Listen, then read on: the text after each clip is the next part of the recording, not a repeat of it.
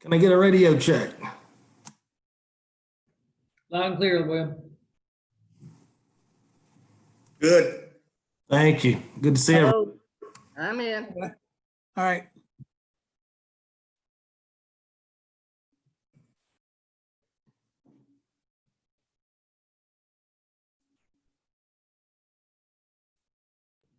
We are officially live on YouTube, although we're 5 minutes from start time.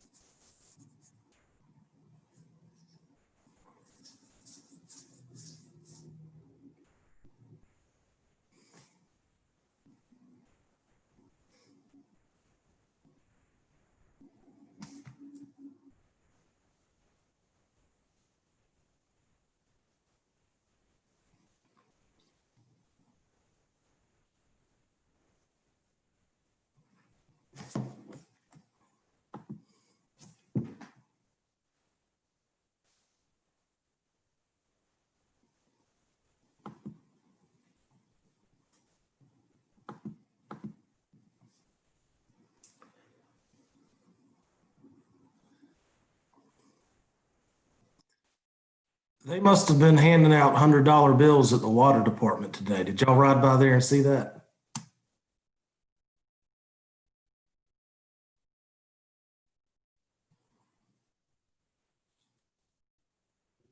It's due day.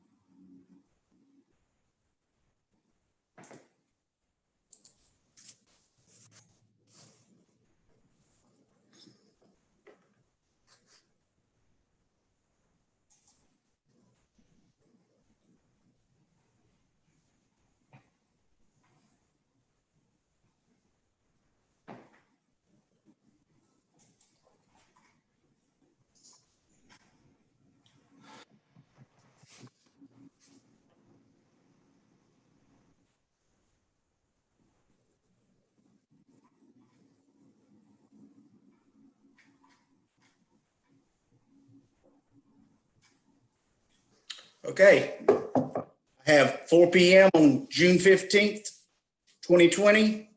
Officially call to order this Conway City Council meeting. Although the mayor is here with us, she has asked me to preside over the meeting in case she has some Wi-Fi issues. But it does feel good to have her here in case I stumble. and we're glad you're feeling better, Mayor. Our invocation, Josh Finkley from the Rock Church is going to help us with. Josh? Thank you guys for inviting me to be a part of this today. And I know that it's just unprecedented times. We've all heard that many times. So I just want us to open us up with prayer, praying for our community, for our health, for our nation, for everything that's going on. So just want to invite you guys just to pray along with me. Let's bow our heads. Lord, right now I just come before you, and I'm thankful for technology. I'm thankful that we can still meet and we can still do the things that you've called us to do as individuals, as members of our city, as leaders in our city and our community. God, right now, I pray on just a multifaceted level, God. One, just dealing with COVID. God, I know that we have friends who are dear to us who have tested positive, God, and I thank you for what I'm hearing from results of feeling better, God, but I also know that there's many who are just hurting right now and sick. So God, I pray for them who have tested positive. I pray that better health would be before them, that you, either you through your miraculous power or through the care of doctors or medicines or rest, whichever way is best, God, we just pray for healing in those areas. God, we also know because of COVID that it has attacked many with mental health issues, God. So we pray for those who are struggling with depression due to isolation or anxiety due to loss of jobs or worry about their kids or their family members, God. So we pray for just health, not just in a physical sense, but also in a mental sense. God, I pray for health on a financial level as well. Just thinking about the people of our community who have lost jobs, who have had their hours reduced, for some who are working extra hours because of what has been going on in our community. God, I pray for those in their work life and in their finance life that you would just help them and come alongside of them. God, I also just pray in this season, God, we know that there is just a lot of racial injustice going on in our world. God, so I pray for unity. I pray for love and respect, and for people to bear one another's burdens, to come alongside of one another, God. We pray that we would all have ears to hear, that we would be quick to listen and slow to speak. God, so I just pray for just great unity. God, I want to thank you for great unity. I want to thank you for what I experience in our own community between people who come from different races or people who come from different socioeconomic backgrounds. God, I thank you for the dialogue and the friendships that are had in those levels. God, I thank you for our city leaders who do a great job in leading in this area. I thank you for our first responders, our firefighters, our law enforcement officers, and the great work that they do in our city as well, God. So I just pray for them. I pray for our whole city in the midst of this pandemic and the other issues that are going on in our nation, God. So I just pray for that. And I pray for decisions that will be made today by these leaders, that you will give them all great wisdom on how to best lead our community. It's in your name, Jesus. Amen. Thank you, Josh. Thank you. Okay. Item 3, approval of the agenda. Do I hear a motion? Mr. Hyman. Do I have a second? Mr. White. Any discussion? All in favor?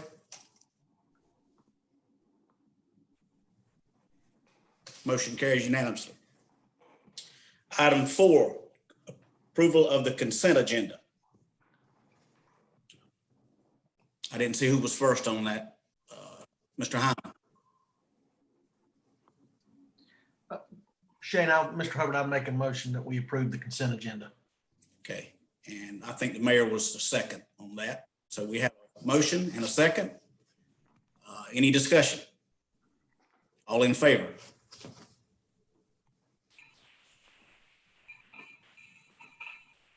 Motion carries unanimously.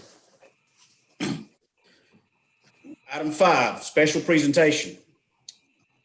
Discussion on request to rezone approximately 4.7 acres of property located at 2999 4th Avenue, TMS 136-12-06002, from City of Conway Low Density Residential R1 to Highway Commercial HC.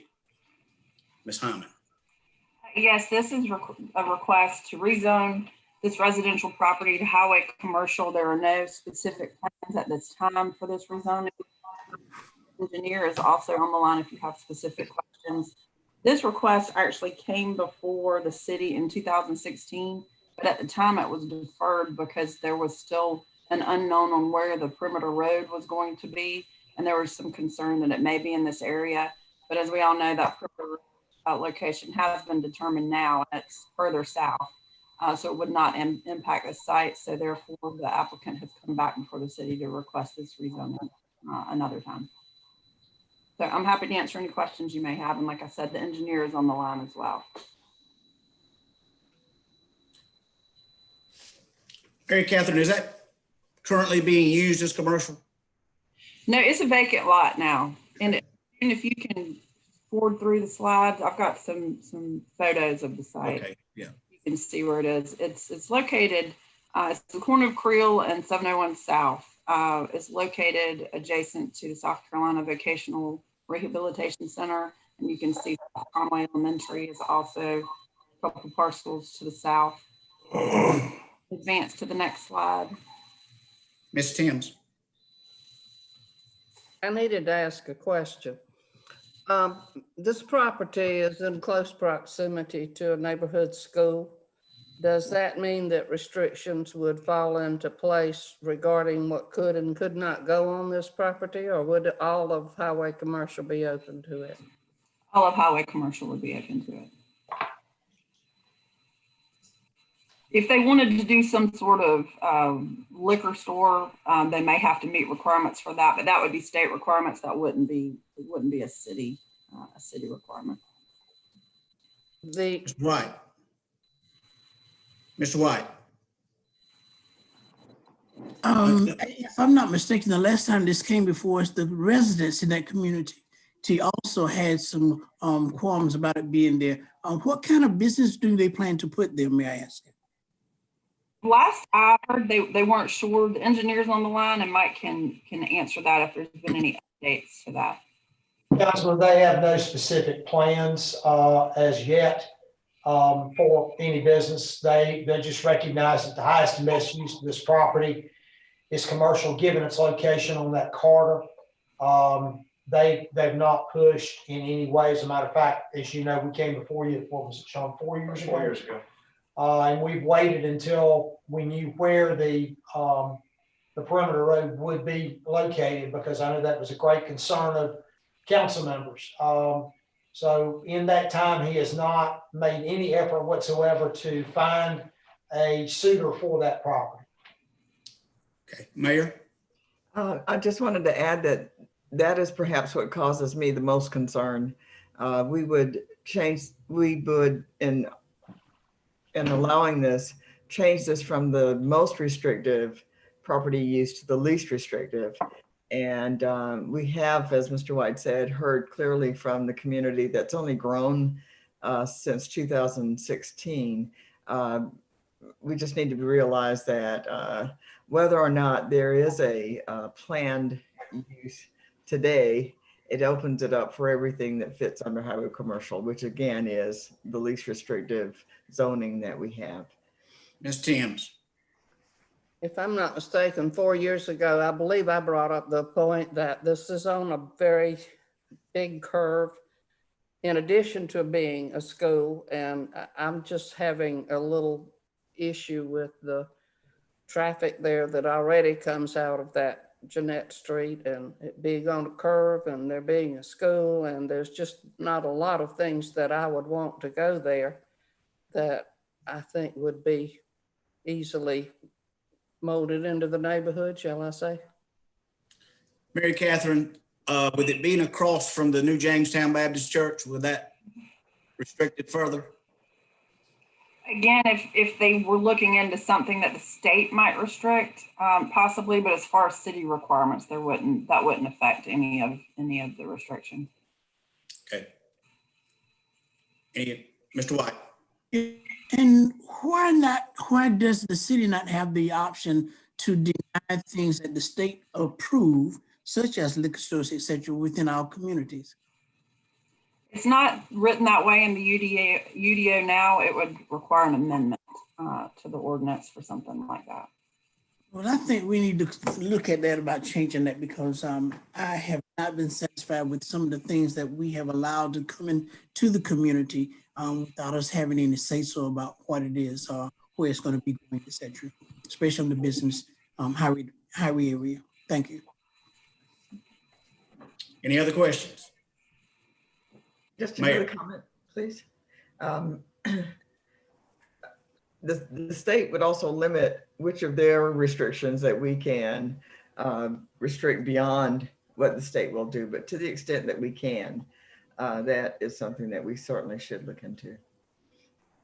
Madam Mayor, if I could add, we'd stipulate that there would be no, I mean, we are in close proximity to both the school and the church, that there would be no alcohol sales on that property whatsoever.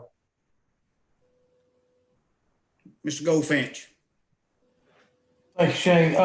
Yeah, a few years ago when this came up, but if memory serves me, and I've been sitting here trying to recall this, the neighbors that came out, I think, were more concerned about the traffic. I just pulled up on another computer I'm looking at, so I'm not ignoring my laptop. But you've got Jordan Circle back there, and I think the concern was would they be able to access the back piece of that parcel via Jordan Circle. And at the time, at least, that was not the intention of the developer or the property owner, was just to access it from 4th Avenue. Is that still the same? Because again, I think if memory serves me correctly, that was my takeaway from what the neighbors that did come out were more concerned about that than anything. We have no intent of accessing Jordan. We would, however, encourage pedestrian and bicycle traffic from that route to this commercial site. Again, these sites tend to serve a community. And the mayor mentioned that there's more density there now than there was before. The opportunity to have something located on that lot that people could walk to trade or whatever would need to go on that site would be a benefit, but vehicular traffic would not go in that direction and it would only go to 4th. I would like to add too that with 4th, while there is maybe some concern about traffic, we would have to meet or exceed DOT's guidelines with access. They may require a turning lane. It just depends on the speed limit on 4th. And we would have to meet or exceed those standards for traffic safety. Ms. Timms? I have a little problem with my computer, the reactions. I can clap or I can vote in the affirmative. I can't vote any other way. I can't what to do. When there's a call for a vote for positive, just don't raise your hand. And Mr. Hubbard will ask for votes for negative, and then you raise your hand then. Okay. Any other questions? What's the will of the council? This is just a workshop, Shane. There's not a vote on this one. I mean, Mr. Oh, I'm Hubbard. sorry. Okay, then we move forward to 5B. Discussion on request to annex approximately 1.15 acres of property located at the corner of Church and Richardson Street TMS 122-12-04-001. Yes, And this, request, I'm sorry. request to rezone from Horry County Residential SF 20 to City of Conway Highway Commercial HC. Ms. Hyman. Apologize, I got a little ahead of myself. This request is an annexation and a rezoning, also from residential to highway commercial. The plan here is to relocate the existing Dollar General that's by the old Kmart to this location. June, if you could advance a few slides, you can see here there are some commercial. It's shown as commercial. The first two parcels that are fronting 501 are shown as commercial on the future land use map. The back two are shown as residential. As you can see on this map, there are some commercial businesses in this area. You've got the Horry County Schools bus facility across the street, the vape shop, the antique store that everyone calls the barn, are in this area. If you could advance another slide. This is the proposed sketch plan for this Dollar General. If you have any questions on that. We also have the engineer on the line that could answer any specific questions that you may have.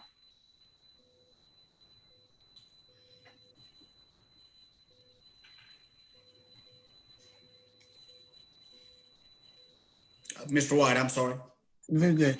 Have the residents in this area be made aware of this possibly coming into this area? We sent out letters last week and posted the property. It's just for Very discussion tonight, but there will be a public hearing at the July 6th meeting, so they'll have time to submit their comments and concerns prior to that. Very good. Thank you. Ms. Timms. There be a light at this corner? I don't guess there will be, but it's right in the front. I mean, that's a bad spot, isn't it? They're showing now that the only access off of Richardson Street, they'd have to work on encroachment permits, but as of right now, there's not a proposed light. Any other questions? Okay. Move on to item C. Discussion on the permitted home-based business, section 5.2.4 of the City of Conway Unified Development Ordinance. Ms. Hyman. Yes, this is before you tonight. Recently, we had a resident apply for a business license for a hair salon to be located in a residential home.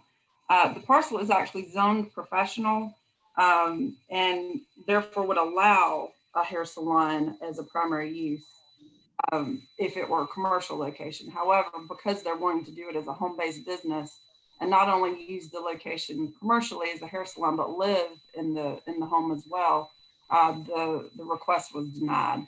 And with that, the owner had some concerns and asked that it be brought forward to council for discussion. Basically, the way that our ordinance is written for home-based businesses, it only allows businesses that don't have customers coming and going to the home. Some of the uses that are allowed are contractors, locksmiths, plumbers, roofers, pest control, the type of work that is done outside of a home. So therefore, hair salons doesn't fall under that category as it stands now. So I just wanted to bring it before you for discussion to see if it's something you'd want staff to pursue, looking at a possible amendment. I also have the city zoning administrator, Kim Wilkerson, is on the line as well and has been working on this if you have some specific questions that I'm unable to answer. Any questions? Ms. Timms. I believe we do have some home-based businesses such as beauty salons in this, not too far away from this neighborhood. Are they grandfathered? Is that the issue? Some have been there before zoning existed. The CBD district does allow you to have businesses on the first floor and live on the second floor, but that's not something that's allowed in the professional district. Mr. Goldfinch. And given that the property is zoned professional, so I just want to make sure I understand. The property's zoned professional and the individual lives there and wants to run the beauty parlor out of the house, correct? Okay. Yeah, I got no problem. I'm sorry. Yeah, the issue is you can't do both. You can live there Right. or you can have a beauty salon, but you can't do both. That's under the ordinance. Mr. Hyman. Well, if I'm not mistaken, that the ordinance that we have, I mean, I think I looked at it one time and it even said something about like ice cream could be sold out of somebody's house. And I know of this instance, and it's a single lady that's going to cut hair in her home, and that's what's kind of weird about this. And what one of the reasons I don't have a problem with it is this is a house. This is not a commercial building that somebody's trying to turn into a house. And this is something that was originally a house. And if I'm not mistaken, a law firm had used it for a while and then sold it to this lady. I really don't have a problem with it at all. Mr. Goldfinch. Yeah, I don't have a problem with it because it's zone professional. If they just want to live there too, that's not an issue. I think the issue comes into play is if you're in a R1 or a residential neighborhood and you're running a beauty salon and there's people there all the time coming in and out, that's the issue. This is zone professional if they, so people can come there anyway. So if they want to live there, and I mean, I don't see where, I don't have a problem with that. Mayor? I think originally the concern was, the reason this was disallowed had to do with the onset of cars parking, sort of interfering with what normally goes on in a neighborhood. We might want to consider, in this instance, for example, a single hairdresser who would never have 5 or 6 automobiles, who would never have, added, a lot of added activity, a lot of added noise, parking, those kinds of issues. It might be that we would look at that differently if it were a single service provider with some restrictions on the additional activity in that community. And I will say our zoning administrator, Kim, spoke to the county. And as it stands now, the county does allow hair salons as a home-based business, but they're looking to revise that to only allow 1 chair at a time. So if you have it in your home, it can only be 1 chair. Mr. Emmerich has a comment.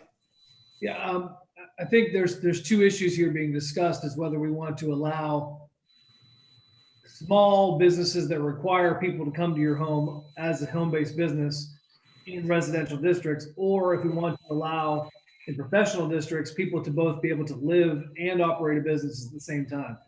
That one is much easier for us to be able to administer and limit complaints. If you're in a professional district, you should expect there to be people coming to and from a place.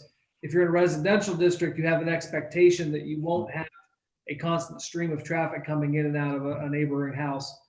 That is much more difficult to be able to manage, even if it's only 1 chair. If you've got 1 person waiting, 1 person in the chair, 1 person leaving, that's 3 vehicles. And we already know that we have an abundance of over parking in neighborhoods. That could be an issue that we get complaints on. Whatever y'all decide to do is going to be fine with us. I just want you to be aware that that is staff concerns. Mr. Goldfinch. What Adam just said is exactly how I feel. Any other questions? Discussion? It's Mayor. I'd just like to echo what Mr. Goldfinch said. I would be satisfied if the decision was for a professional zoning, allowing a person to also live there. I just don't see any issues with that. Mr. Emmerich. One last thought on this too, if it's okay, is the mixed use kind of model for living and having a business is a very good one to have if you can limit it to certain districts. So limiting it to professional district or expanding it at some point, that's a good way to start getting into that mixed use sort of dynamic. So that if you want us to look at that, that's something I think we'd be excited to do. Okay, thank you. Any other questions or discussion? We'll move on to item 5D, notification of award for 2020 COPS grant. Mr. Rogers. Yeah, I get the pleasure this afternoon of announcing the city of Conway was recently notified that we've been awarded $250,000 from the United States Department of Justice as part of the community-oriented policing hiring program. The funding will be spread across 36 months to begin later this year and will be used to hire and equip 2 full-time police officers who will be specially focused. One officer will be tasked as a youth engagement officer to coordinate with schools, our resource officers, the Conway Sports and Fitness Center, and other youth programs in the area to provide more engagement with the youth in Conway from our police department. The second officer will focus on our growing senior adult population. They'll create a new system for seniors to opt in for routine contact to verify their well-being. And the officer will also assume and expand responsibilities for community and neighborhood watch groups and organize police response and participation at special events. The city's match for this grant over the 3 years will be $149,854. And I do want to give credit where it's due here. This is actually the first major application worked on by our new grants coordinator who joined us late last year, Roseanne Dates. She worked with our police chief, Dale Long, on this. And it also goes down as one of the largest grants the city's ever received. Great work. Any questions, comments? Okay, now we'll move into public input. Tessie, I will read the public input that was sent in prior to the meeting.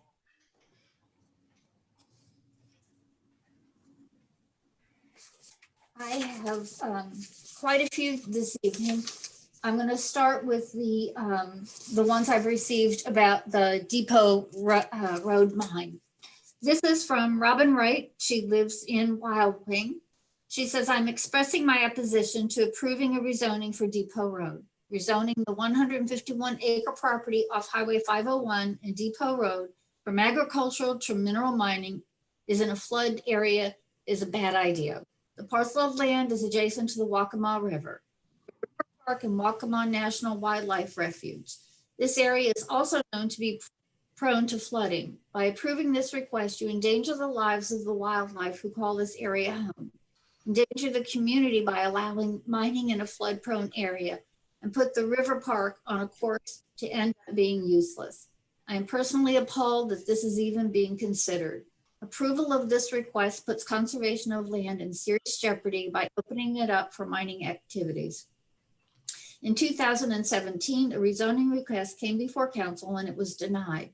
At that time, council listened and considered the risks to water quality, recreational opportunities, and flood risks. There are enough problems with flooding locally, and adding to this problem is so wrong on so many levels. We need to preserve this land and not allow any mining activity.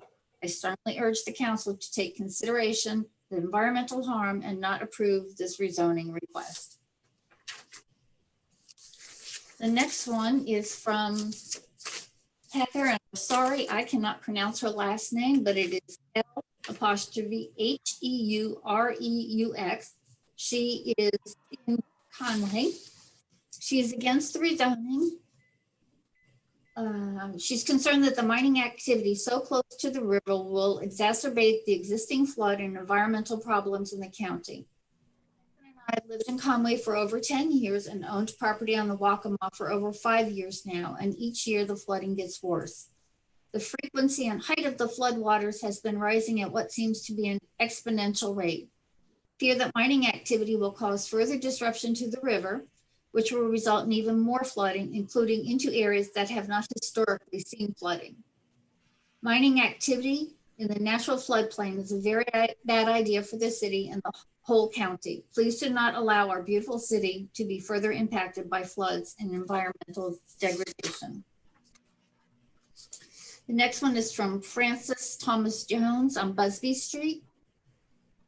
To put a sand mining operation on Depot Road will not be in the best interest of the city and the citizens of Conway. It will cause more flooding to the area as well as damage the wildlife. This is a conservation area and should remain that way. The council is not addressing the best interests of the city and will only cause more problems for an already fragile area. It will increase traffic problems on Business 501 as well as the Main Street Bridge. Look at the current problems we have with flooding from rains and hurricanes will cause more problems. I beg each of you to deny this request for sand mining and to look out for the best interests of Conway and the citizens. Approval will be a huge detriment to our city. Your job is to make Conway better and not approve things that will cause further damage. Look out for the best interest of all citizens and not just one. Think about the damage and destruction this mining will cause to everyone. Look at the current flooding and put your interests in the best for the city, and this mining will not enhance the city. I have one from a Megan Lee. She's from Isle of Palms.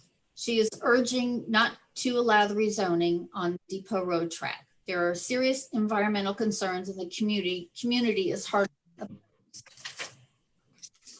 Alyssa Lundy and Jeannie Lundy sent in emails. They're both the same, so I'm just going to read the one. They're from Longs. They're writing in regard to rezoning of attractive land off 501 Business and Highway Depot in order to allow for development of a mine. I wish for these comments to be shared with council at the upcoming public hearing. I strongly oppose this rezoning. Rezoning this tract of land, which is located in a flood-prone area, is ecologically risky.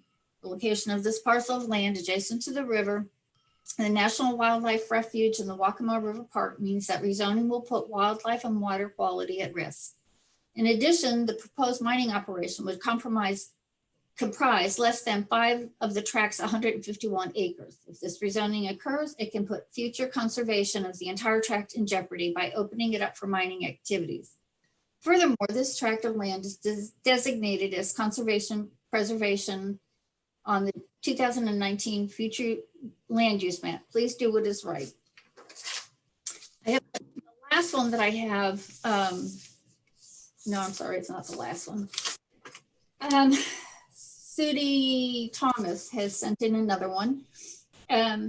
She said, City Council minutes state the vote in 2017 for a similar request was denied by a vote of 5-1. And she asked, why would the vote be different? Not much has changed, only 1.5 acres.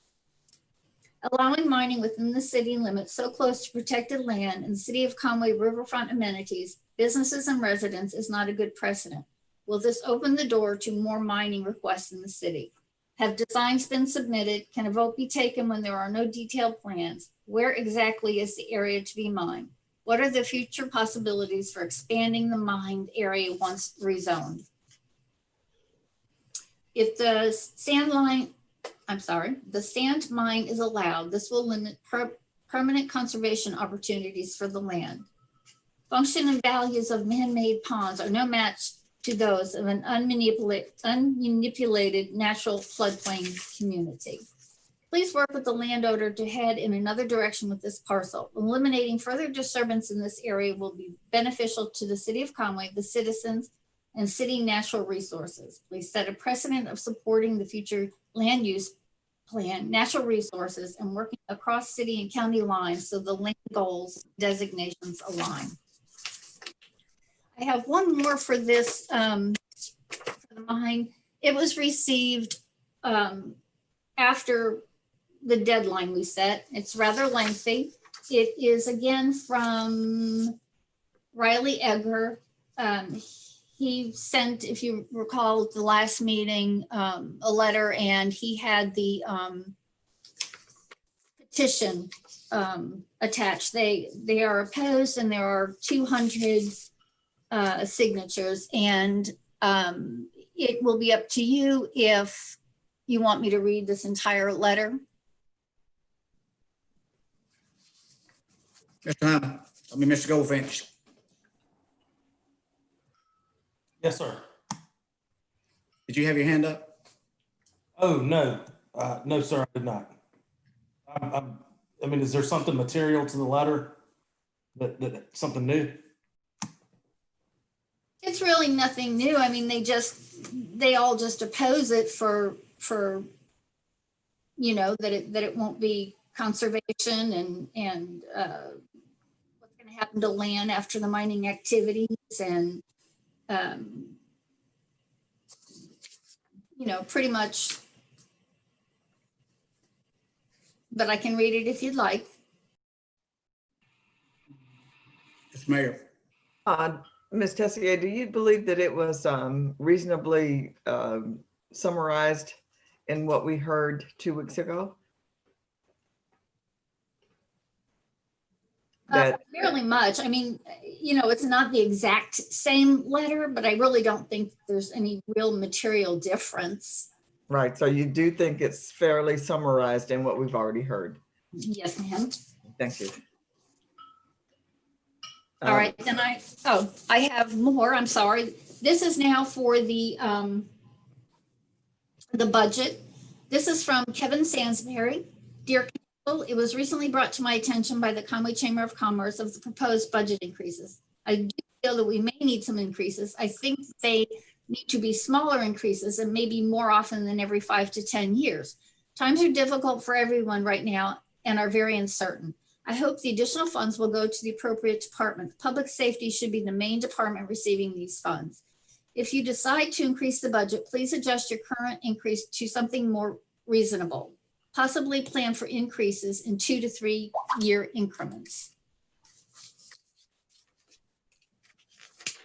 Next one is from Charlie Ray. In reviewing items included in the proposed budget, I would like to make the following comments. Some of the increases are double-digit increases. I am sure an in-depth analysis has been done and increases are needed. However, we are living in uncertain times and many of our tenants and customers are experiencing difficulty paying their rent and charges. Even with our operating expenses increasing, we could not increase our charges or rents in today's environment. Please consider the impact and timing of these increases and make adjustments. If you must make increases, please phase them in with a gentler slope over the upcoming years. This is from Tommy Moore. Thank you, Council and Mayor, for listening. In the wake of all that's happening with our economy, I feel it's very bad timing to increase any rates. I do realize some businesses have prospered during this time, but a lot of us have not. My prices have increased 5% in the past 8 years. Can't imagine my customers' response if we were to increase 25 to 40%, especially in these times. I totally understand fees and prices have to increase, but I sure hope you will consider a phase-in of small increases over several years instead of what's been proposed. After close to 60 years in business, we have tightened our belt every way possible.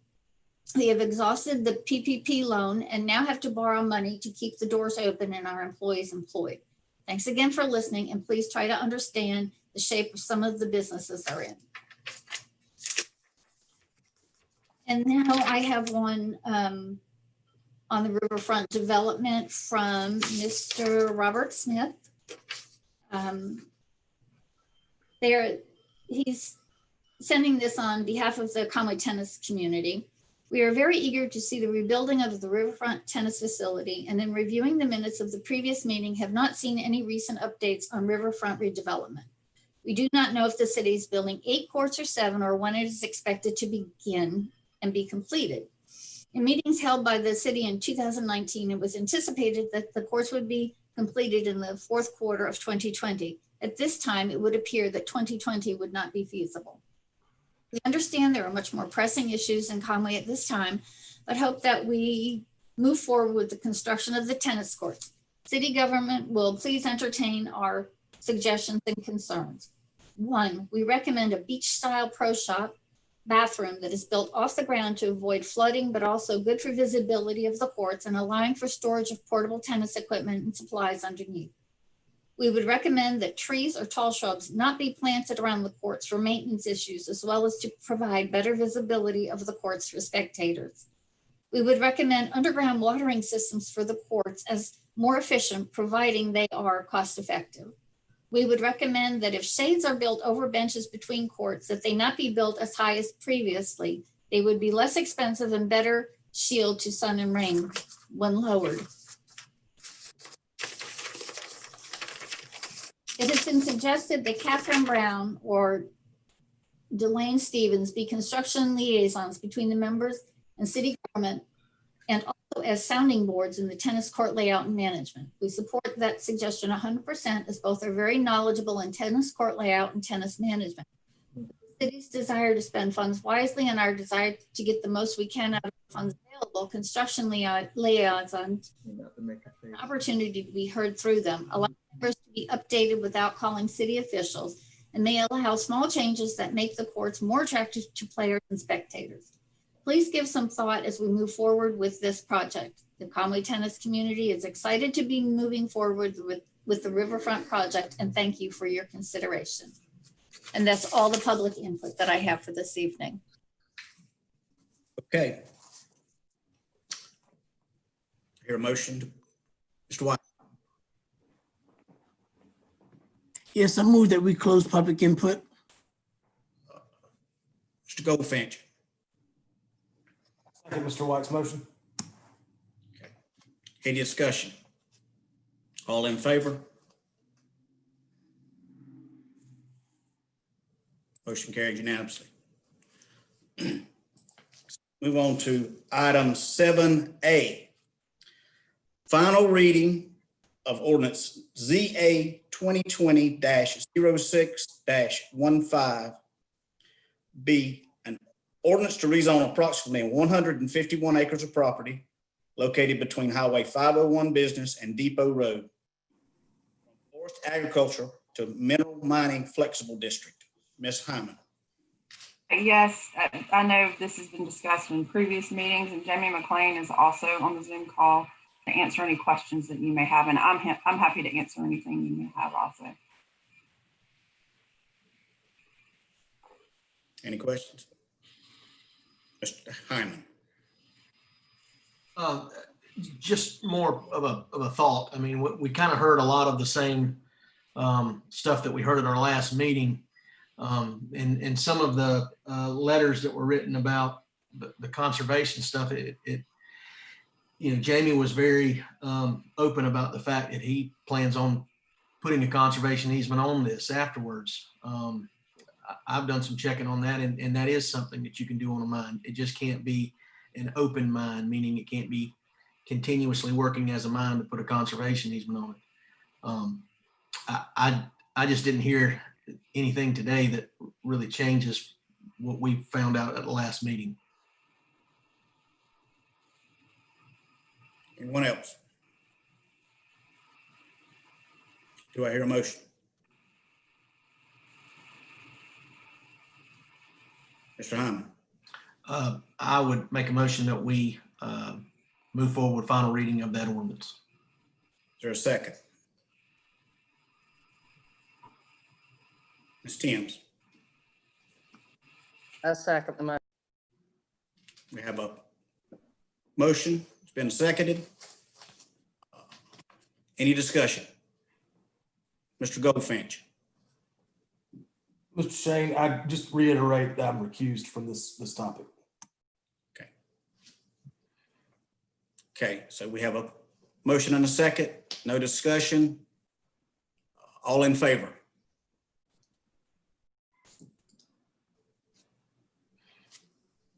So the motion carries. Mr. Hubbard, if you can ask for negatives just to be sure. All opposed.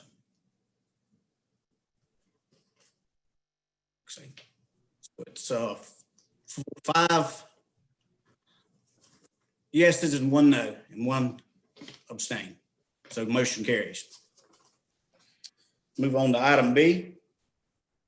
Final reading of ordinance ZA 2020-06-15D to amend Article 10, Subdivision and Land Development of the Unified Development Ordinance, UDO, regarding conservation subdivision requirements. Ms. Hyman. Yes, and this received first reading without any concern at the last meeting. However, after the meeting, staff was discussing it and added some additional language that we believe could create additional incentives for developers to use this. These additions were shown in blue in your packet, but basically it would allow, currently our ordinance allows, once a development is approved, they have vested rights for a certain amount of time, which is 2 years, but then they can receive extensions for 5 years. Another incentive that we've added in here for the conservation subdivisions is if you get approved plan at under the conservation subdivision ordinance, your vested rights are for longer. So they could be established for 10 years and then extended as needed. So that change is in the ordinance, and I just wanted to bring that to your attention, and that's why it wasn't on consent agenda. And I'm happy to answer any questions you have on that. Any questions? Ms. Mayor. I apologize, Mr. Mayor Pro Tem. I don't know that I heard or really understood what Ms. Hyman just brought to our attention. Basically, the way our ordinance is written now, the reason we're bringing this amendment forward is to try to have developers use our conservation subdivision ordinance. It's been in place for a number of years, but no one's used it. So the original intent of this ordinance was to require developers at the sketch plan phase to do it not only under the regular ordinance, but also do it under the conservation ordinance, just so they could see what could be done under that ordinance. Since that time, we have one amendment which would allow the vested rights to be longer. So basically, now when a developer comes in, submits plans, and they are approved by staff, they have vested rights for so long. So those approvable plans are good for so long. Once that that vested rights period has ended, they have to resubmit plans and go through the entire process again. So this would let them, that vested rights period, be a little bit longer to have another incentive for developers to use this conservation subdivision ordinance. Thank you, ma'am. Mr. Mayor Pro Tem, may I go on and offer a motion? Please. I move then that we do approve this matter before us as explained by staff and as recommended by staff. Do I have a second? Mr. Hyman. Second. Got a properly seconded motion. Any discussion? Ms. Timms. I believe I asked this question earlier, but I'm not too sure that I understand what's happening here. So when someone comes in with plans for subdivisions, they now have to do 2 different approaches to a subdivision, and the charge would be more. Is that correct? If it's over 50 acres, yes, they would have, but it would be at the conceptual plan phase. So they just have to do a sketch of each. They wouldn't have to do engineered plans of both different ideas. It would just be at the sketch plan, the very initial phase when they're laying out the site. They would have to do both. But also when they come into your office, now you have to have 2 separate overviews of these plans. Is that correct? We would. And will they be charged twice for this?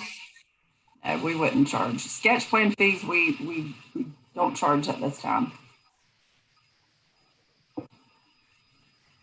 Any more discussion? Call a vote. All in favor?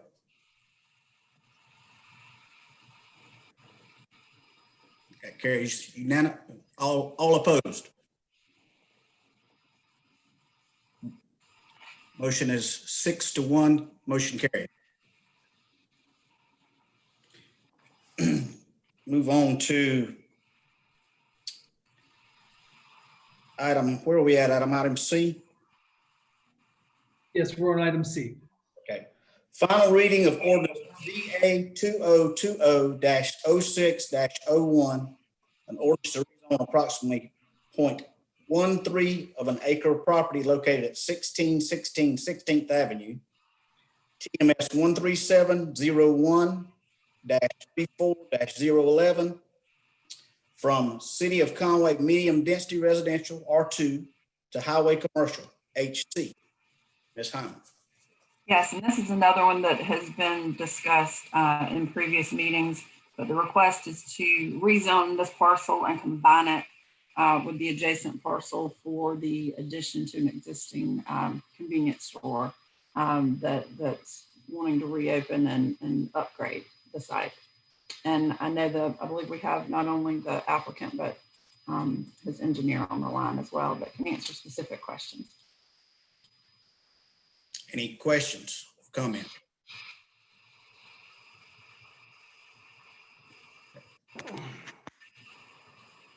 What is the will of the council? Ms. Timms. I make a motion, we approve this ordinance. Mr. Jordan, I will second Ms. Timms' motion. all in favor? All opposed?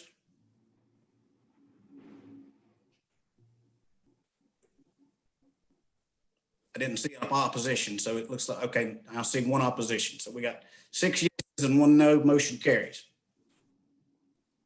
Move on to item D, final reading on the fiscal year 2020-21 budget ordinance 2020-06-15, ordinance to levy taxes and establish municipal budget for the city of Conway, South Carolina for the fiscal year beginning July 1st, 2020 and ending June 30th, 2021. Mr. Williams. Ms. Williams. Thank you, Mayor and Council. First reading of the budget passed during our June 1st meeting with some discussion. Since then, the Chamber of Commerce and others have reached out with concerns with proposed fee increases.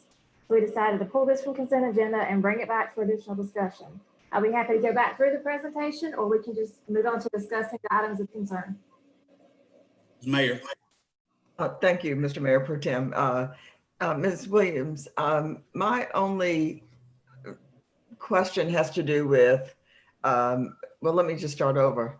I'm really interested in looking at a way that the additional fees for services might be phased in over a period of time. I recognize that we're only asking for higher payments because of the cost that is now ours. Costs are increasing over time. I also recognize that these are not the best times for residents or business owners. And while it will be somewhat time consuming, I'd be very interested in us looking at an opportunity to add the additional fees and structure them in such a way that they come with better ease for those people who have to make the payments over time. Yeah, we can certainly do that. We can pass part of the fees now, postpone the others and look at them again in January, or that's up to council. We can amend the budget halfway through. And Ms. Williams, can we also postpone final reading until such, well, this is our second June meeting, and I know it's our goal to have the budget approved prior to July 1.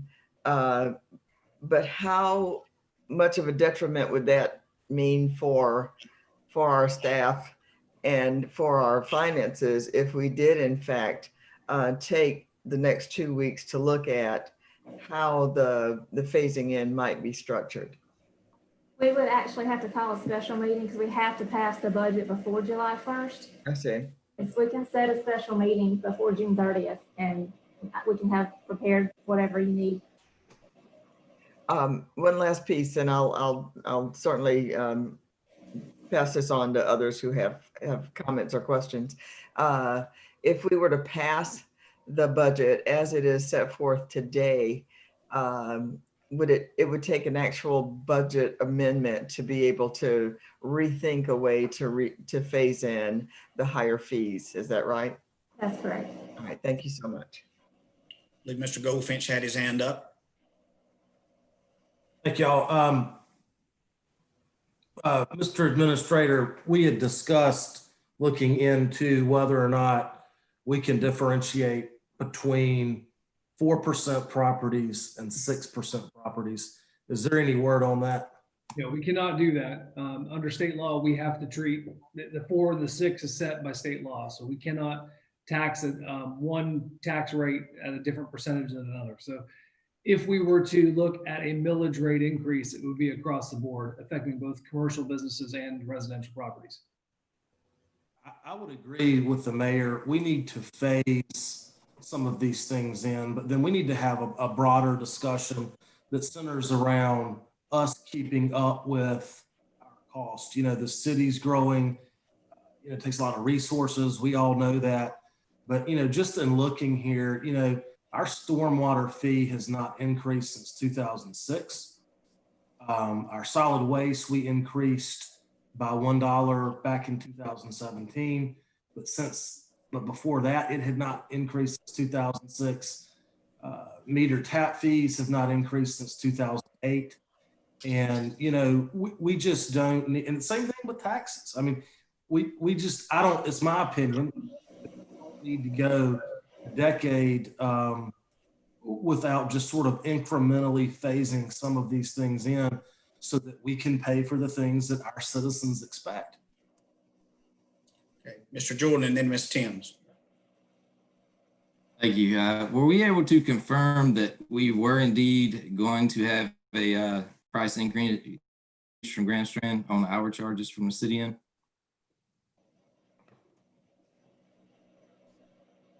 No, we received a letter saying that Grand Strand will not be increasing the 2% that was earlier proposed. Okay, thank Ms. Timms. I just was thinking that when we put this budget together, it was the first week of March, and a whole lot of things have been going on in the meantime that would cause me to rethink some of the things if we could do it all over. I don't want to do it all over, don't believe that. But I do think that we need to take a look, especially at those fees and things that we're passing on to our citizens. They can't take much more on their backs at the moment. And while the city has to keep itself operational as well, I think it would be prudent of us to take a look at it before we vote on this a second time. Mr. Emery. There are two types of fee increases that are in the budget, in the proposed budget. There are ones that look at the cost of development and assuring that that is being paid for by the developer upfront. And then there are those that are a fee on our existing customers or existing residents. Perhaps it would be pertinent to pass a portion of these fees on without passing all of them on. For instance, the subdivision review fee increasing from, I think, our current fee of $200 or $250 to that $2,500 fee. That is much closer to the actual costs that we expend to review the subdivision plans that are not being borne by development right now. Building permit fees right now are $65 a square foot. That is what they base the valuation of new construction on, at $65 a square foot. The actual cost or the actual fair market value is far, far higher. $100 valuation is much closer to getting us to the point where we're putting actual costs that are the value of development. The public utility impact fees are fees that go on new development, not on existing customers. So I would at least give you that option if you wanted to pass on fee increases that are the costs of development right now that are not being covered by development, as opposed to maybe passing on some of those costs that are on current customers that I think are the bigger concern. Again, it's the will of council certainly, but those are two different types of costs that are increasing in the budget. Ms. Timms. I agree with the analysis, and I would be willing to do that if I knew how to propose it. So could someone suggest the wording of this? Because I'm not quite sure what fees go where. Mr. Goldfinch.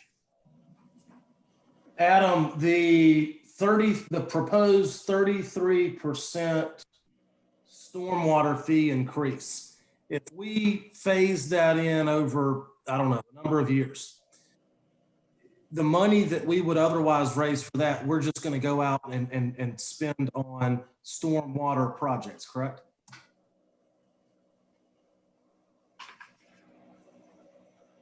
If we wanted to do a stormwater project that right now we did not have the funding for, we would have to find a funding source. That could be the general fund, it could be grant funding, it could be, a variety of sources. The idea behind raising the stormwater fee was that right now we are barely able to do one drainage project a year that accomplishes what the mission of the stormwater fee was for. By increasing it from $5.25 to $7 a month on residential properties and the equivalent to commercial properties, the hope was that we would have enough money to be able to do the existing projects that are outlined and either one project ahead or do one of some sort of flood strategy project. I don't know that I answered your question. Did that cover it? It did. So we're not using that money to pay operational costs. No, that's correct. It is a restricted account. It can only be used Right. for. That's what I thought. And I think it goes back to what I said earlier. And I've got to take it. I've got to take as much blame for this as anyone. We have got to incrementally phase these things in on an ongoing basis, because you're right. We need that money, but the optics of a 33% increase aren't good. And especially now, and with the uncertainty that likely looms in the next 12 to 18 months, honestly, I'm ready to make a motion to pass this, but I've got other concerns. I've got other concerns that don't even stem from the fee increases. And I know we've got to pass a budget, but I've got other concerns that I'd like to talk with council about. I don't know that we've got enough time to do it before July though.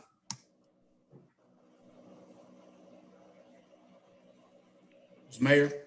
I'd certainly like to hear Mr. Goldfinch's concerns, or even if you just need to generalize some of the areas that you're concerned about. Yeah, it's more executive session. I see. Just some of our proposals and what they're going to cost and the impacts that, undoubtedly we're going to take a hit in our budget next year. I've got no doubts, and I'm an optimistic individual, but, no doubts that we're in a very nasty recession, the likes of which we haven't seen in a long, long time. And I don't want to have bigger consequences, 12 or 18 or 24 months from now. And I think we need to think through this thing. I certainly don't want to talk about what I need to talk about on a Zoom conference. So. Understood. Any other comments, questions? So Adam, let me ask a question. Can we pass all of the budget except the increases? And we can? Yeah, you can pass the budget without the fee increases. You would have to make a motion to do so and make up the difference in the budget out of the fund balance. I had Ms. Williams run the numbers on that, what removing all the fee increases would cost to the fund balance. Allison, do you have that number? Yeah, it's about $1.8 million across all funds. Now we have those funds broken out, so we could reduce budgets. I think in the stormwater fee, what was that one, Allison? About $418,000. So we can pass a budget and use fund balance and then review this before any major expenditures come up within 3 months or something like that. If you wanted to come back and do a budget amendment to look at these fee increases and just agree that we would not make any expenditure over, council has to approve any expenditure over $10,000. So we could withhold any major expenditures over $10,000 without council approval. There's not a lot of capital in this budget from the general fund. So the bigger projects would be stormwater, streets, those sort of things that are related to those. But again, it's the will of council how you want to do this. So if we pass it without the fees and we come back and look at amending it, then we can also go over Goldfinch's concerns and possibly amend some of those. Is that correct? Is that what I'm hearing? That is correct. If they're capital related, I would defer to Mr. Goldfinch if his hand was up to offer a motion. Mr. Goldfinch. Yeah. That's your intent. Yes, ma'am. All right, I move that we pass the budget as proposed. And I propose though, as it relates to fee increases, you want me to go through them or? I think you can generally say all fee increases unless you're going to make a motion that the development related ones stay in place. Absolutely. That's what I want to do. And I don't have a problem going up on stormwater. I mean, all the feedback that I've gotten personally, all the feedback that we got from public input, from individuals in our community express the need to, yeah, we understand you've got to do this, but a 3% number in 1 year is hefty. So, you know, how do y'all feel about phasing that in? I don't know. I don't have a number, but you know, over 4 years or 5 years to that figure. You're talking about stormwater? Correct. In 4 or 5 years, we'll need to go up again above the 7 is my only concern. So Mr. Goldfinch, I would rather, what if we phase this in over 3 years? 11% a year, well, whatever that works out to be. Mr. Goldfinch, I would rather let's come back and revisit all the fee increases. We're going to do.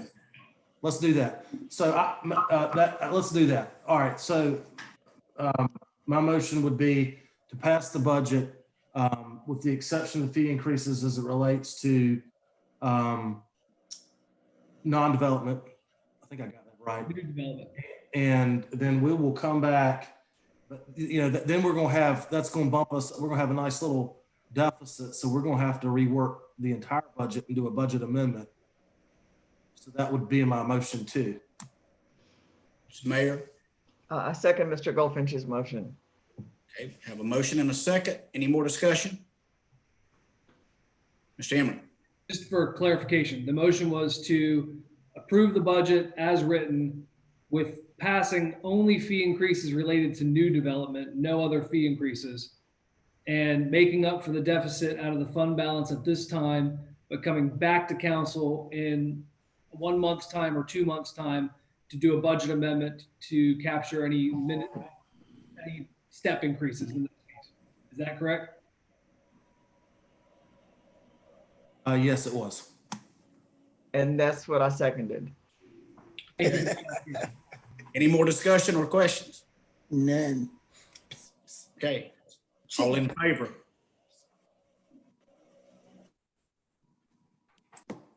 Those opposed? Passes unanimously. Thank you. Okay. Now we'll move on to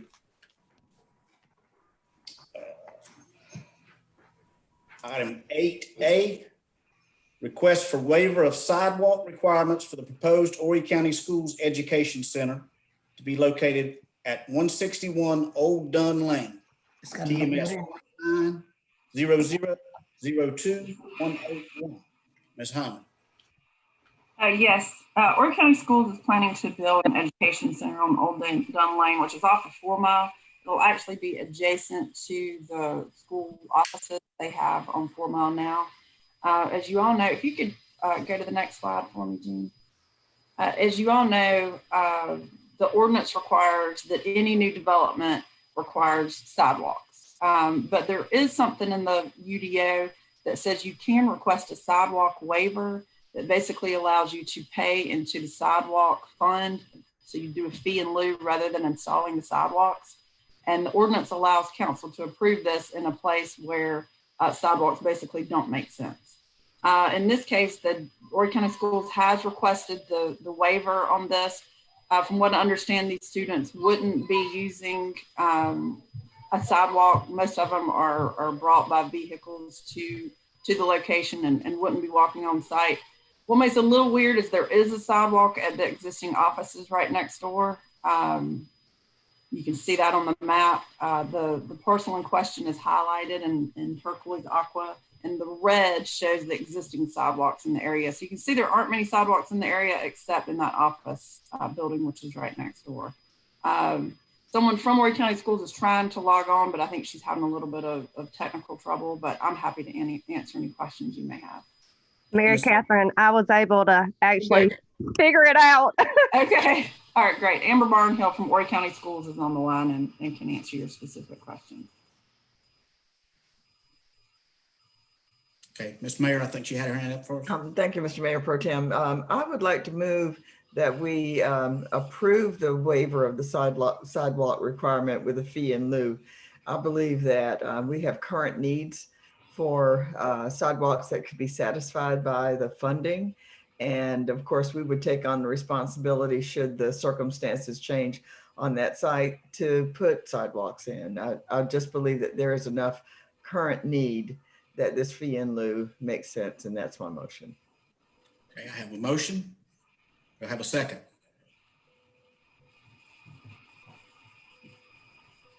Ms. Timms.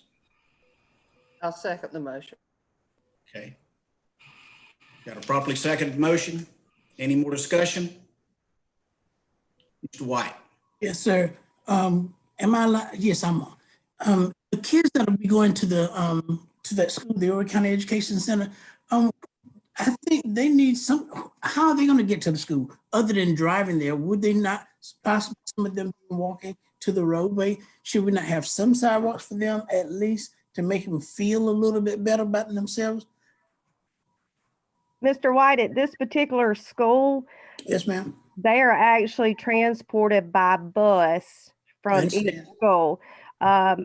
The only time parents drop the kids off is when they get in the circumstances where they're in trouble and have to be sent to the alternative school. So actually there won't be very many walking to the school. Thank you. Any other questions or discussion? So I have a motion and a second. Take a vote. All in favor?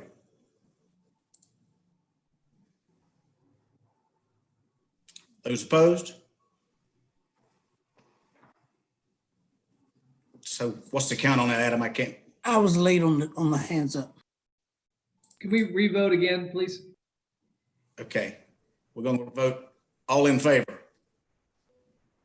That's 1, 2. It is unanimous. Mr. White, that was a vote for, correct? Okay. Yes. Item B, consideration of the utilization of the CDBG funds allocated to economic development being utilized to create a commercial COVID relief program. Mr. Rogers. Yes, on April 20th, council amended the CDBG grant entitlement program to include economic development as an allocated expense for previous entitlement years. The purpose of the modification was to allow the city to produce a program aimed at its business community who's struggling with the impacts of COVID-19. Staff has developed a plan in conjunction with Horry County. Excuse me. Civitas, a consulting firm specializing in HUD entitlements. This plan will reimburse business owners for up to $5,000 for 3 months of mortgage or rent on their business.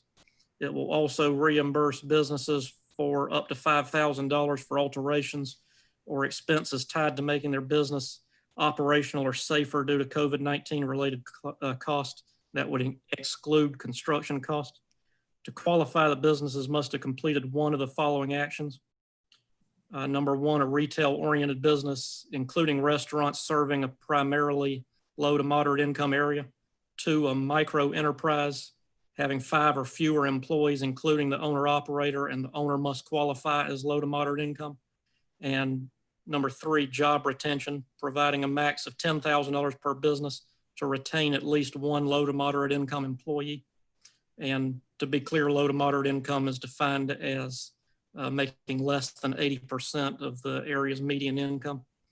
In addition to the above, staff suggests opening the program only to businesses that have been in business for at least 1 calendar year. The program would be operated on a first come, first served basis, and there are approximately $380,000 available in the program fund. Civitas will manage the program for the city under the existing contract with Horry County, and their fees would be paid from program funds. And having Civitas manage the program will provide a degree of separation for the program from staff and will assure that we're in compliance with federal program objectives.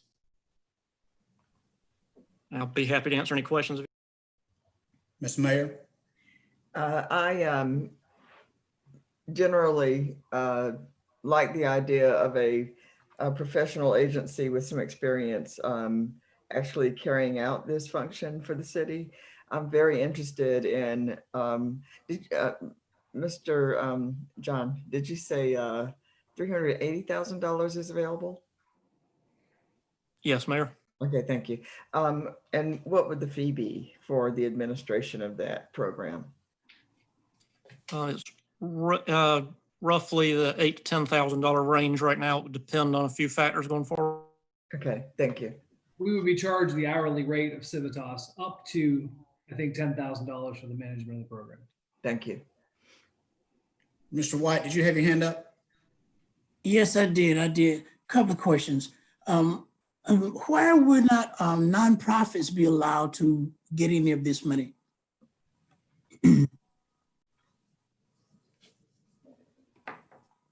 think the idea was that the businesses hardest hit by the recession are those businesses that are selling a product, either retail, restaurant, or professional services.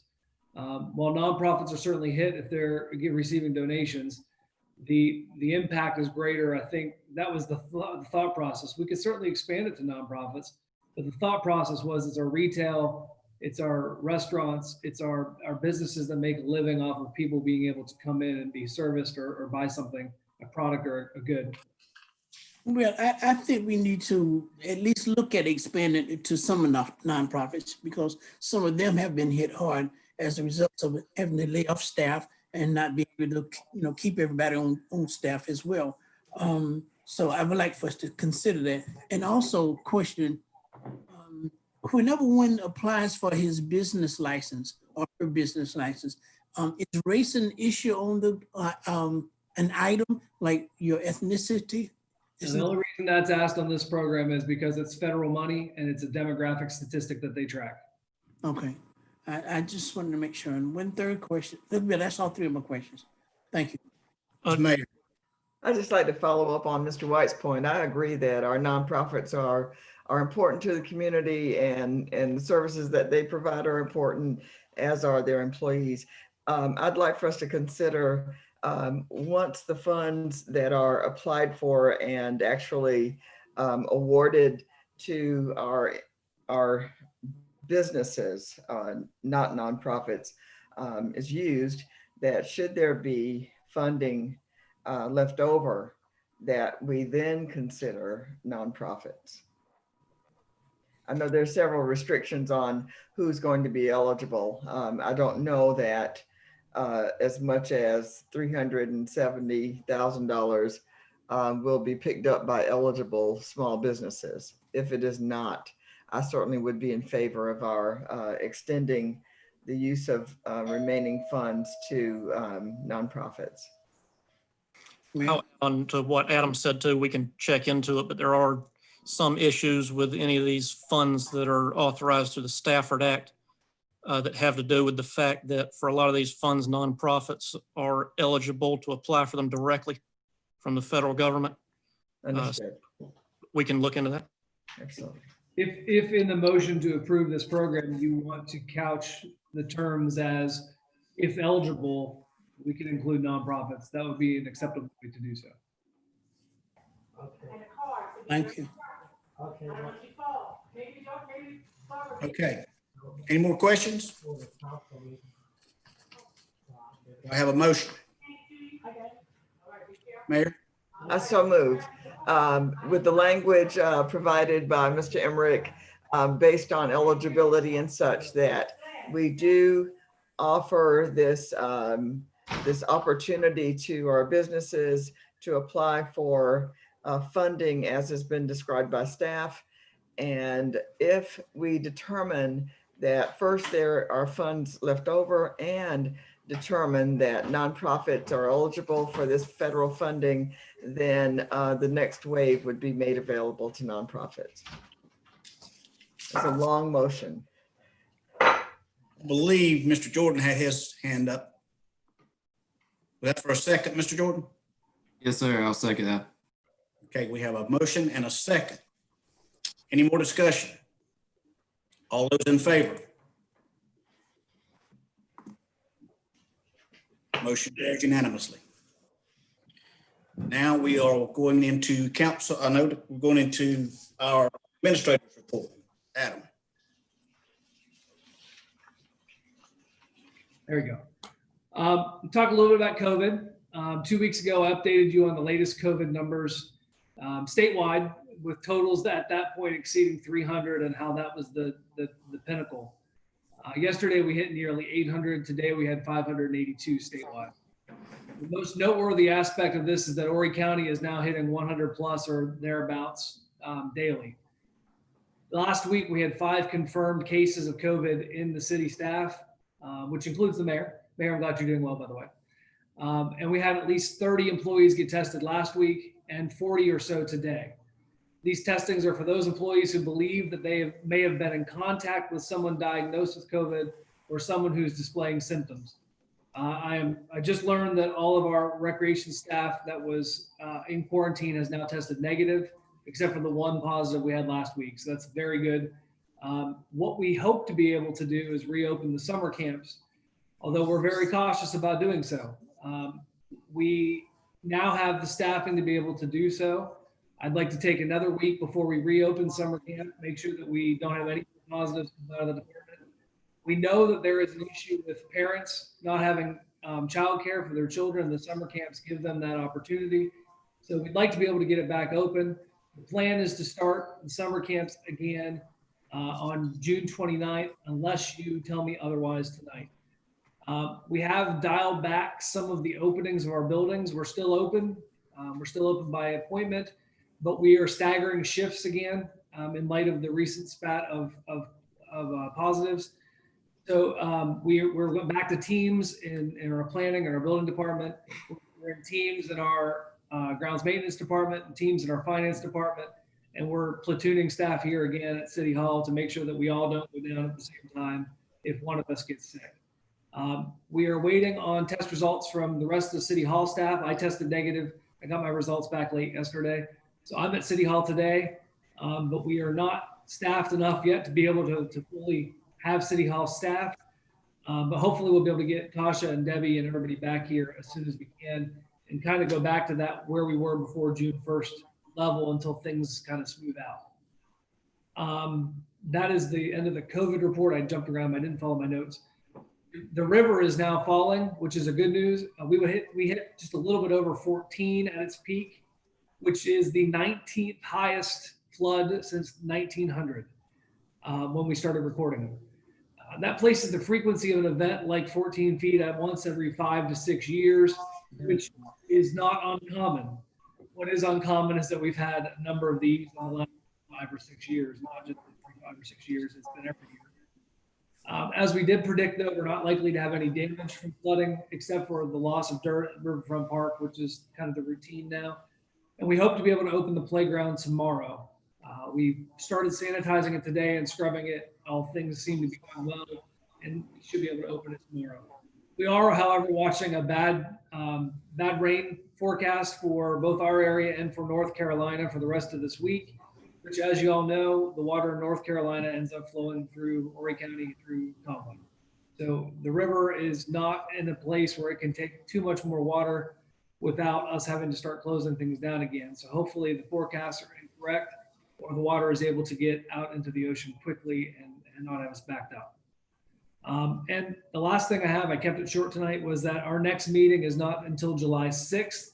So I wish you all happy July 4th and 4th of July, unless we happen to have a special call meeting between now and then. So that's the end of my report, unless there are any questions.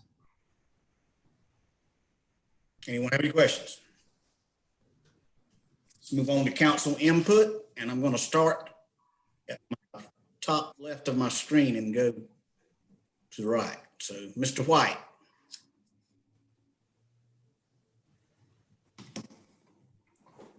I just want to say that I think we're doing a good job as a city, and I'm thankful that we haven't had any violent protests as some of the other cities have. And I want to question, has the police, or is the police doing anything to prevent or changing their policing tactics so that we won't have to go down the same road as some of the other cities are going through. I don't know, is Chief on the line? I am. Okay, hi Chief, how you doing? And Good just evening. put you on spot just to clarify and let the citizens know that, most cities now, their police departments are trying to do different things or do policing differently. And I wanted to ask if there was anything that we were doing to do anything different, not that we have to, need to, but just of concern. I believe the answer to that is we've had good sound policies in place. Mhm. We're fine. increasing the caliber and quality of the officers every year, training and with the hires. So we have not eliminated anything from our policies or changed them. Review our response to resistance policy and already included all the language and all the things about no chokeholds and things like that. Also the duty to render aid and the duty of officers to intervene. Things that were already kind of the main issues we already have embodied in policy as well as in training and in practical application. Thank you very much, sir. Yes, sir. Secondly, this is in reference to the Whittemore Elementary School property. I have been down by some of the residents in that area about our decision of contemplating putting low housing in that area. One of the biggest issues is that there was no concern for them, the residents of that area, to give input on anything. And then the second thing was that they already have a project area in that area for low income families. So they're wanting us to consider keeping our idea about the community center there present as well. So in essence, most of them want an opportunity to speak about what's going on out there. So I think a community meeting might be a good thing to do so that we can hear from the community members again.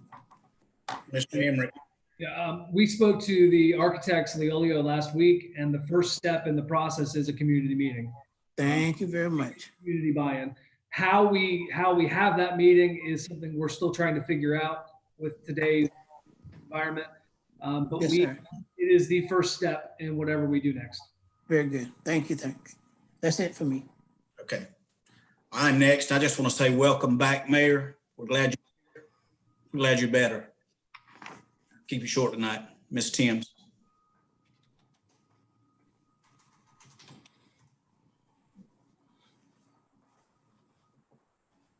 You're on mute, Ms. Timms.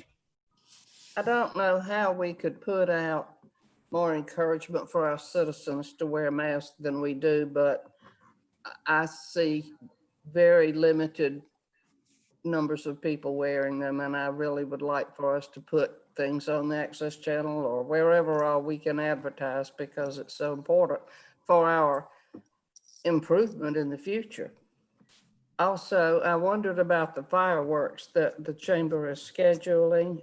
Do we have any instructions about how this is to take place and what citizens should and should not do? And the third thing, I'm a little concerned about new projects that we are continuing to bring forward, such as the one we just talked about and others, and that's not the only one, that's one of many. When these are very precarious times, and I want the city to move forward as much as anybody else, but I want us to do so very, very carefully. Thank you.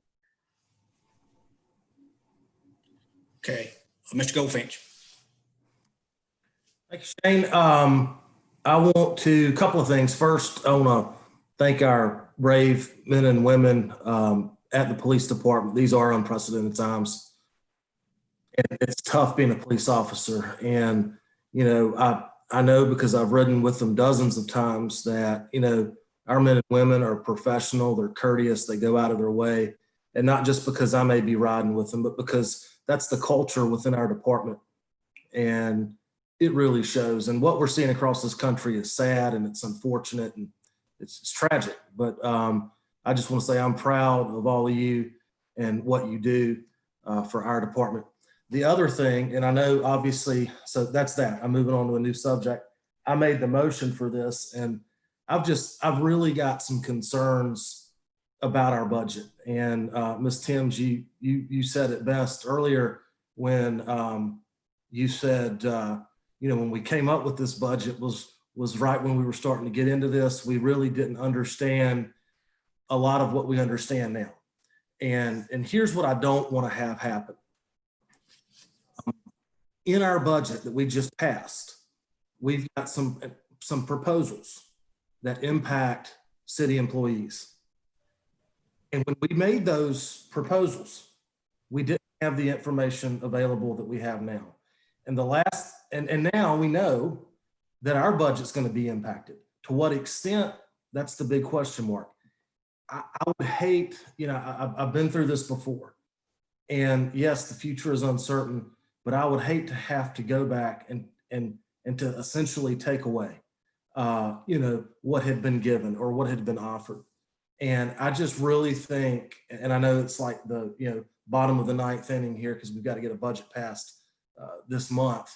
But I just think it would be prudent of us to sit down and go back through things and just try to guesstimate some kind of idea of what our budget's going to look like, our revenues rather, so that we can match that to what we're putting in our budget to spend. I don't want to have, it's one thing to say, well, we'll hold off on this tractor or we'll hold off on buying this utility truck or something like that.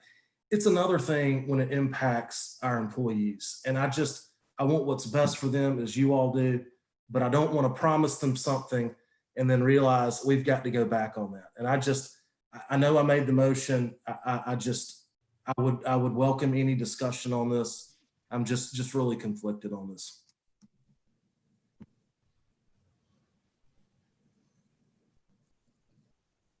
Ms. Timms. I agree with everything that Mr. Goldfinch just said. And I believe that, we need to be slow and steady with what we do, but we need to be sure that we're moving in the right direction before we embark on much of anything until things level off. Because, while things have not been affected here terribly, except for the virus, we're doing pretty well with that, but we could be doing better, but we don't know what next month or the next would be. And so I do think we need to be slow and steady. But I'm a little concerned about this budget too, because when we put it together, none of this was here.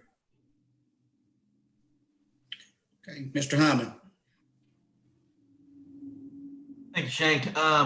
Just briefly, what's been said already is kind of, I would be echoing it. I've got some of the same concerns as Ms. Timms and Mr. Goldfinch.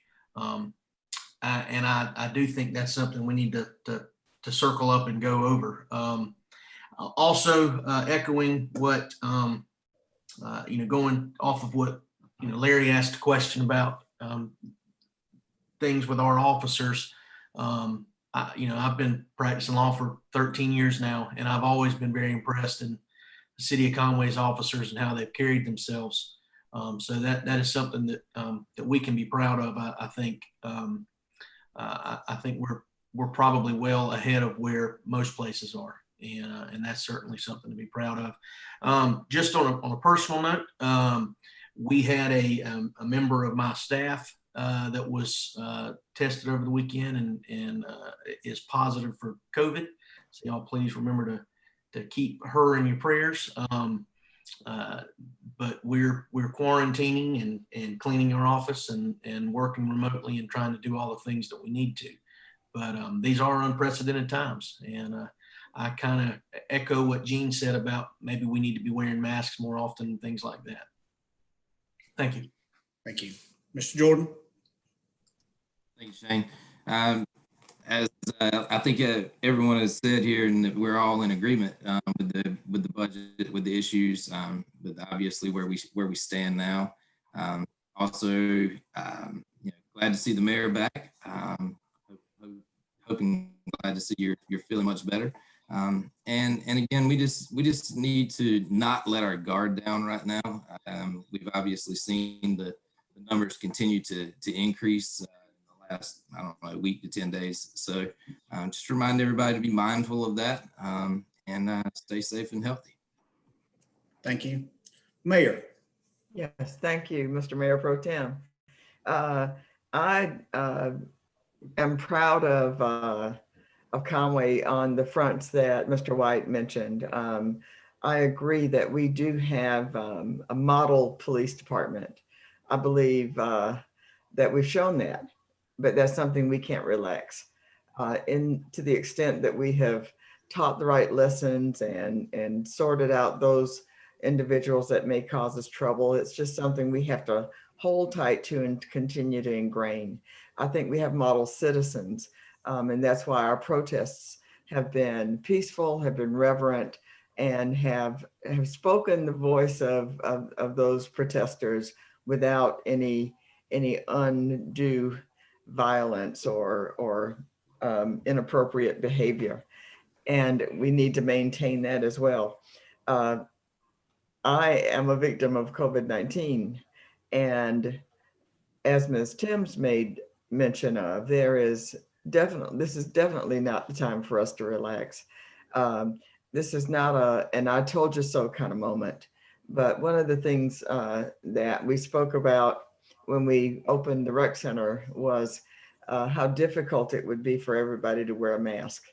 And there wasn't, I don't think, much thought given to whether or not we should require it.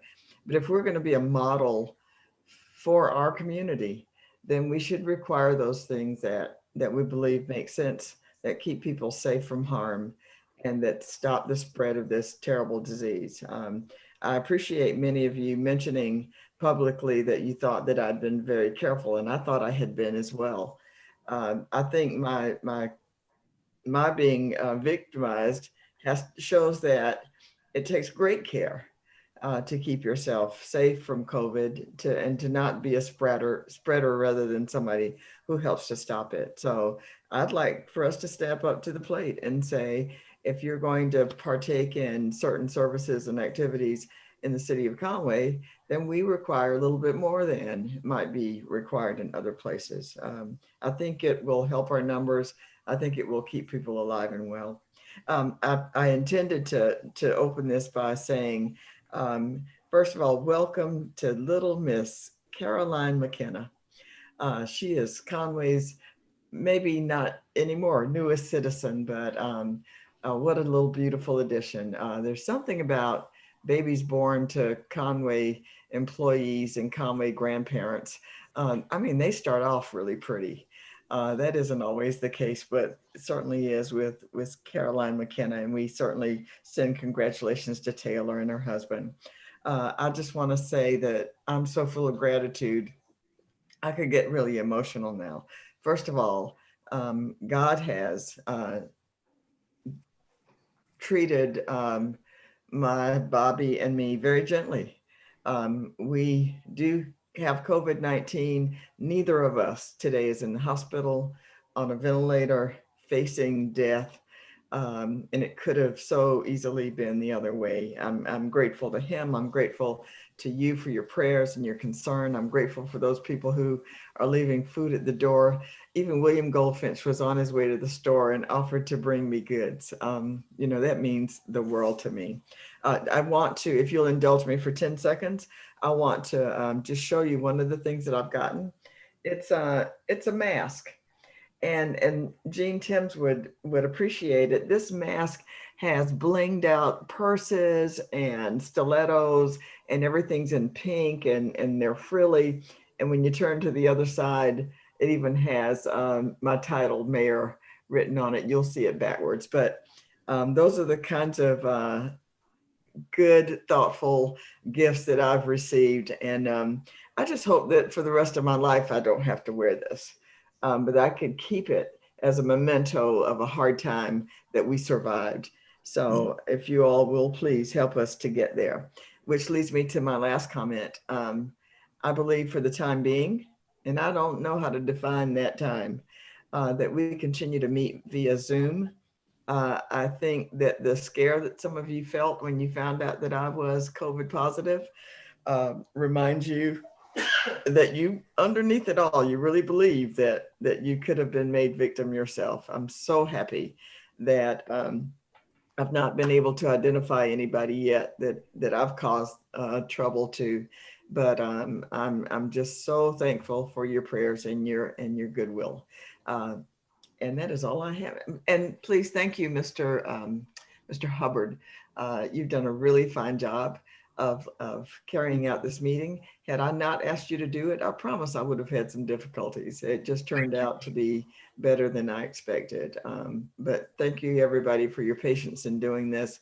And I'm going to be asking your support that we continue to do this until it makes sense to come back and gather in person. Wish you well. Thank you. Larry, was that a motion?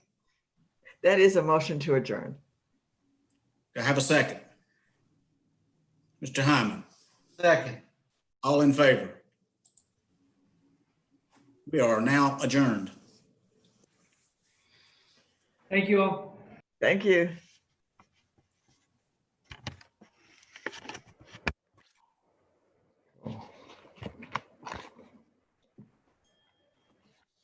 So they always write down what will be happening, you know, what time it'll be when we get to different things on the agenda and what time we'll be finishing.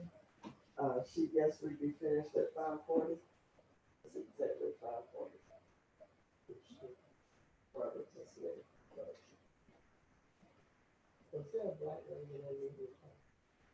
No.